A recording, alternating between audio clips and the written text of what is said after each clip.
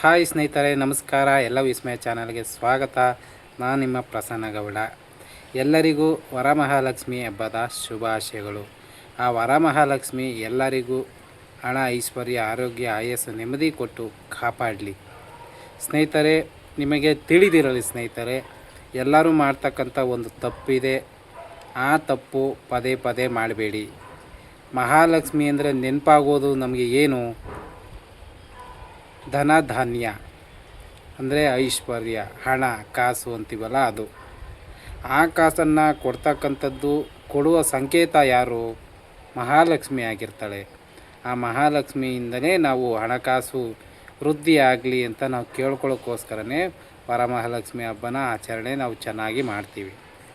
ಆದರೆ ಆ ವರಮಹಾಲಕ್ಷ್ಮಿ ವರ ಕೊಡುವಾಗ ಆಕೆ ಕೊಟ್ಟಿರ್ತಕ್ಕಂಥ ಧನ ಸಂಪತ್ತನ್ನು ಆಕೆಗೆ ದಾನವಾಗಿ ಅರ್ಪಿಸೋದ್ರಿಂದ ಆಕೆಗೆ ತೃಪ್ತಿ ಸಿಗುತ್ತೆ, ಒಪ್ಕೊಳ್ಳೋಣ. ಅದು ಬಿಟ್ಟು ಅವಳ ಮುಂದೆ ಹಣ ಇಡೋದರಿಂದ ನಿಜವಾಗಲೂ ಅಭಿವೃದ್ಧಿ ಆಗೋದಿಲ್ಲ. ಹಾಗೆ ಹಣ ನಮಗೆ ಹೆಚ್ಚೋದಿಲ್ಲ. ಬೇಕು ಅಂದರೆ ಸಂಕಲ್ಪ ಮಾಡಿ, ಈ ಹಣ ಸಮೃದ್ಧವಾಗಲಿ ಅಂತ ಒಂದು ಸಂಕಲ್ಪ ಮಾಡಿ. ಇಲ್ಲ, ಹಣವನ್ನು ಮಹಾಲಕ್ಷ್ಮೀ ದೇವಿಗೆ ದಾನವಾಗಿ ಅರ್ಪಿಸಿ ಯಾರಿಗಾರು ದಾನ ಕೊಡಿ. ಆಗ ತಾಯಿ ಸಂತೃಪ್ತಿ ಆಗ್ತಾಳೆ, ಇನ್ನಷ್ಟು ಧನ ಸಹಾಯ ಮಾಡ್ತಾಳೆ. ಅದು ಬಿಟ್ಟು ಅದು ಸಾವಿರಾರು ಜನ ಮುಟ್ಟಿರ್ತಕ್ಕಂಥ ಲೋಟು, ಅದು ತೊಳೆದಿರೋದಿಲ್ಲ. ದೇವ್ರ ಮನೆ ಅಂದರೆ ಶುಚಿಯಾಗಿರ್ತಕ್ಕಂಥದ್ದು. ಆ ಶುಚಿಯಾಗಿರ್ತಕ್ಕಂಥ ಆ ಸ್ಥಳದಲ್ಲಿ ಸಾವಿರಾರು ಜನ ಮುಟ್ಟಿರ್ತಕ್ಕಂಥ ಆ ಲೋಟನ್ನು ನಾವು ಆ ತಾಯಿಗೆ ಅರ್ಪಿಸಿದಾಗ ತಾಯಿ ಸಂಪನ್ನ ಆಗೋದಿಲ್ಲ, ಸಂತೃಪ್ತಿ ಆಗೋದಿಲ್ಲ, ಪ್ರಸನ್ನತೆ ಭಾವ ಮೂಡೋದಿಲ್ಲ. ನೀವೇ ಸ್ವಂತವಾಗಿ ಥಿಂಕ್ ಮಾಡಿ. ಸೂರ್ಯನಿಗೆ ಟಾರ್ಚ ಅಂತ ಅವಾಗವಾಗ ನಮ್ಮ ಜನ ಹೇಳ್ತಾ ಇರ್ತಾರೆ. ಹಾಗೆ ದುಡ್ಡು ಕೊಡೋ ದೇವಿಗೆ ದುಡ್ಡನ್ನು ವಾಪಸ್ ಕೊಟ್ಟರೆ ಈಸ್ಕೊಳ್ತಾಳ? ಇಲ್ಲ, ಅದು ಒಂದು ಲಂಚ ಅಂತ ತಿಳ್ಕೊತಾಳೆ.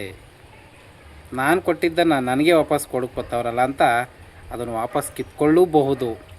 ಇವರ ಅಹಂಕಾರ ಮುರಿತೀನಿ ಅಂತ ಮನೆ ಬಿಟ್ಟು ಹೋದರೂ ಹೋಗಬಹುದು. ನಿಜ ಅನಿಸುತ್ತಾ ನಿಮಗೆ? ಹೇಳಿ, ನಿಜ ಅನ್ಸುತ್ತೆ ದಯವಿಟ್ಟು ಕಮೆಂಟ್ ಮಾಡಿ. ನನ್ನ ಕಾಲ್ಪನಿಕ ಒಂದು ಮಾತು, ಇದು ನಿಜವೂ ಆಗಿರಬಹುದು. ಇದು ದೊಡ್ಡವರು ಹಿರಿಯವರು ಹೇಳ್ತಕ್ಕಂಥ ಮಾತು. ಹಿರಿಯರ ಕಾಲದಲ್ಲಿ ಯಾರೂ ದುಡ್ಡನ್ನು ಇಟ್ಟು ಪೂಜಿಸ್ತಿರಲಿಲ್ಲ ಸ್ನೇಹಿತರೆ. ಬೆಳ್ಳಿ, ಚಿನ್ನ, ನಾಣ್ಯಗಳು ಇರುತ್ತೆ.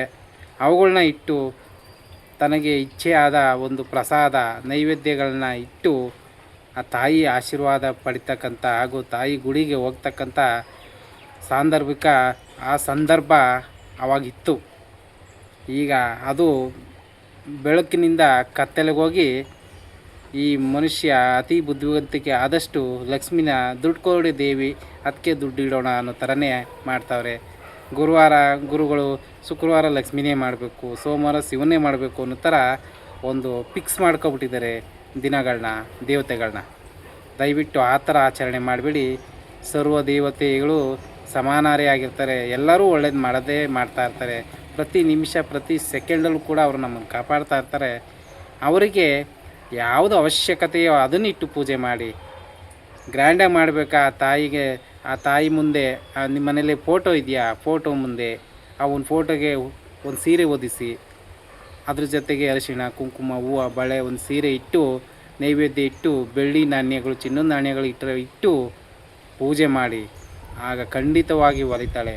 ಇಲ್ಲ, ಹಣ ಹೆಚ್ಚಾಗಿದೆಯಾ, ತಾಯಿ ಮುಂದೆ ಇಟ್ಟು ಅದನ್ನು ತಗೊಂಡೋಗಿ ದಾನ ಕೊಡಿ, ಆಗಲೂ ಒಲಿತಾಳೆ. ಅದು ಬಿಟ್ಟು ಅವಳು ಕೊಟ್ಟ ದುಡ್ಡ ಅವಳಿಗೆ ದಯವಿಟ್ಟು ಕೊಡೋಕೆ ಹೋಗಬೇಡಿ. ಅದರಿಂದ ತಾಯಿ ಒಲಿದಿಲ್ಲ, ತಾಯಿ ಮುನಿಸ್ಕೋತಾರೆ. ಇದಾಗಿತ್ತು ನನ್ನ ಮಾತು. ಎಲ್ಲರಿಗೂ ವರಮಹಾಲಕ್ಷ್ಮಿ ಹಬ್ಬದ ಶುಭಾಶಯಗಳು. ಆ ತಾಯಿ ಎಲ್ಲ ಬಯಕೆಗಳನ್ನ ಈಡೇರಿಸಿ ಎಲ್ಲರನ್ನೂ ಕಾಪಾಡಲಿ ಅಂತ ನಾನು ಕೇಳ್ಕೊತೀನಿ. ವಿಡಿಯೋ ಇಷ್ಟ ಆಗಿದರೆ ಶೇರ್ ಮಾಡಿ, ಲೈಕ್ ಮಾಡಿ, ಸಬ್ಸ್ಕ್ರೈಬ್ ಮಾಡಿ. ಮತ್ತೊಂದು ವಿಡಿಯೋದಲ್ಲಿ ಭೇಟಿ ಆಗೋಣ. Take care. ಬಾಯ್ ಬಾಯ್ ಸ್ನೇಹಿತರೆ.